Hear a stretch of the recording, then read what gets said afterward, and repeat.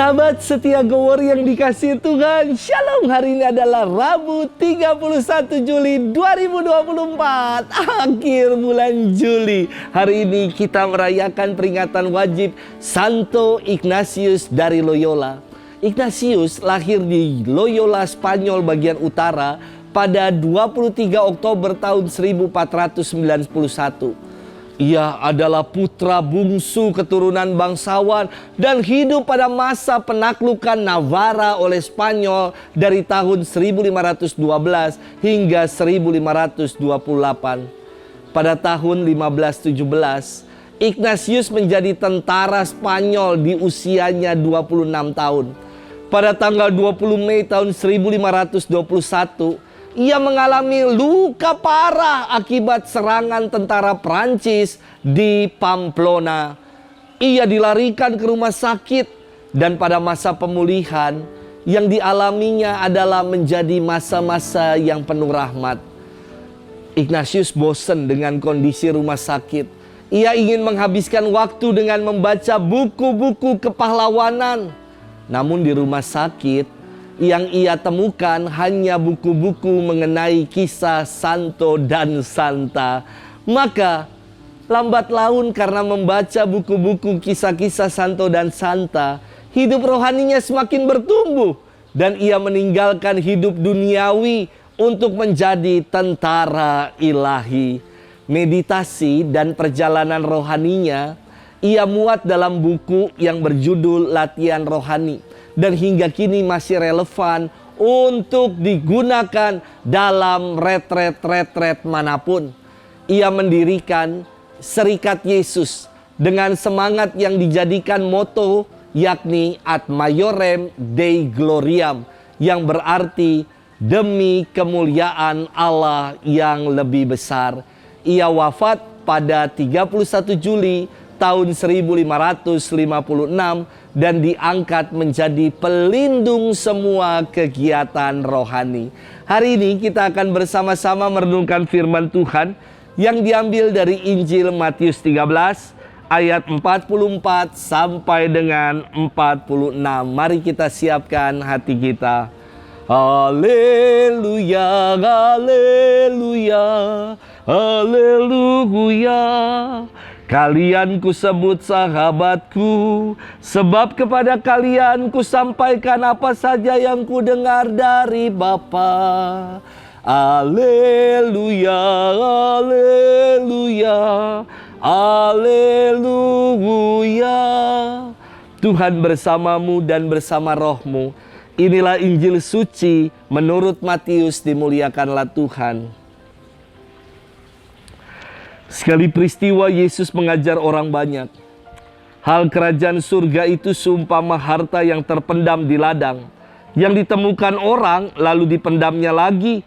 Karena sukacitanya, pergilah ia menjual seluruh miliknya lalu membeli ladang itu. Demikian pula hal kerajaan surga itu seumpama seorang pedagang yang mencari mutiara yang indah. Setelah ditemukannya mutiara yang sangat berharga, ia pun pergi menjual seluruh miliknya lalu membeli mutiara itu. Demikianlah sabda Tuhan. Terpujilah Kristus.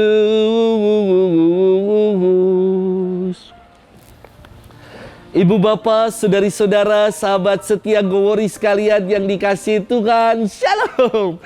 Waktu saya tingkat 1, saya ingin punya yang namanya mini kompo radio di kamar.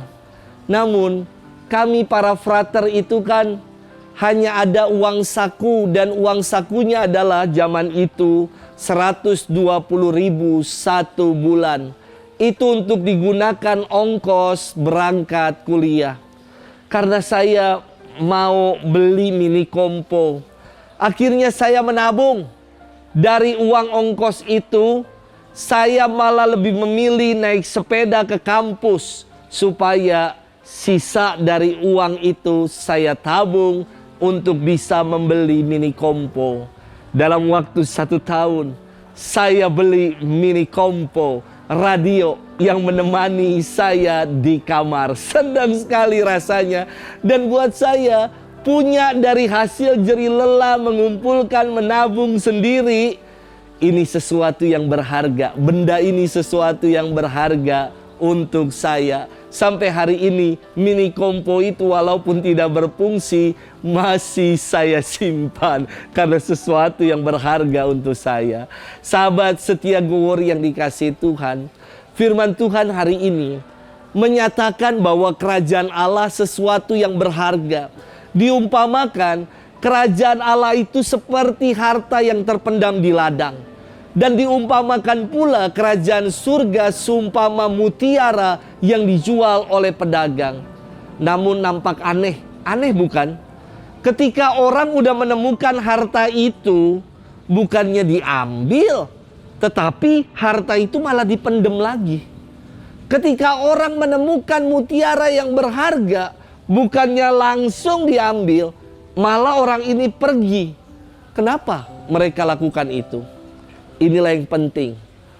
Untuk mendapatkan sesuatu yang berharga itu diperlukan perjuangan. Tidak ada yang instan ketika mau mendapatkan sesuatu yang berharga. Karena kerajaan surga adalah sesuatu yang berharga, maka perlu diperjuangkan. Orang yang dikatakan telah menemukan harta di ladang tetapi memendamnya lagi untuk pergi. Dia jual seluruh kepunyaannya. Dia memperjuangkan mengumpulkan uang sebisanya untuk membeli ladang tempat di mana harta itu dipendam.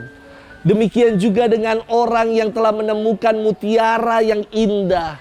Dia jual seluruh miliknya, lalu dia datang kembali untuk menukarkan segala miliknya itu dengan mutiara yang berharga.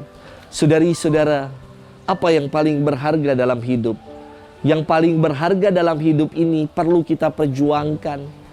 Kalau yang paling berharga dalam hidup kita adalah Tuhan, mari kita memperjuangkan hidup yang sebaik-baiknya. Hidup yang penuh iman. Karena yang paling berharga bagi kita adalah Tuhan. Kalau yang paling berharga dalam hidup ini adalah keluarga, mari kita juga berikan waktu kita. Mari kita juga perjuangkan jerih lelah kita untuk menafkahi, untuk memberikan yang terbaik bagi keluarga kita. Tapi jangan lupa memberikan quality time, memberikan waktu kita bagi keluarga juga adalah sumbangsi yang penting untuk keluarga yang berharga bagi kita. Maka pertanyaan untuk kita renungkan, apa yang paling berharga buat kita? Kalau kerajaan surga yang paling berharga buat kita, kita rela menukar apapun yang kita punya dengan yang paling berharga itu.